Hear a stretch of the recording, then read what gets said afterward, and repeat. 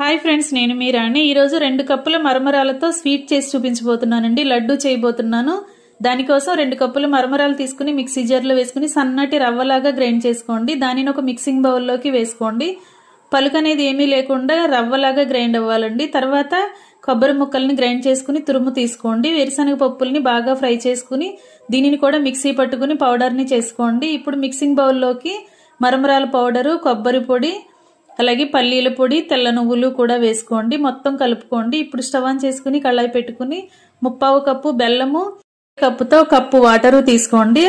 1/2 tea spoon యాలకుల పొడి, ఒక 2 టేబుల్ స్పూన్లు నెయ్యి వేసుకోండి. పాకం అనేది చిక్కగా రావాలండి. చిక్కబడేంత వరకు ఉడికించుకుని మనం మిక్స్ చేసి పెట్టుకున్న రవ్వ అంతా కూడా అలా కళాయిలో వేసుకుని బాగా ఉడికిన తర్వాత ఇలా కొంచెం మెత్తగా ఉన్నప్పుడే స్టవ్ ఆఫ్ చేసుకోండి. చల్లారిన తర్వాత మనకి కావాల్సిన సైజులో లడ్డూలు చేసుకోవటమే. మరొక రెసిపీతో మళ్ళీ కలుద్దాం. Thanks for watching. నేను మీ రాణి.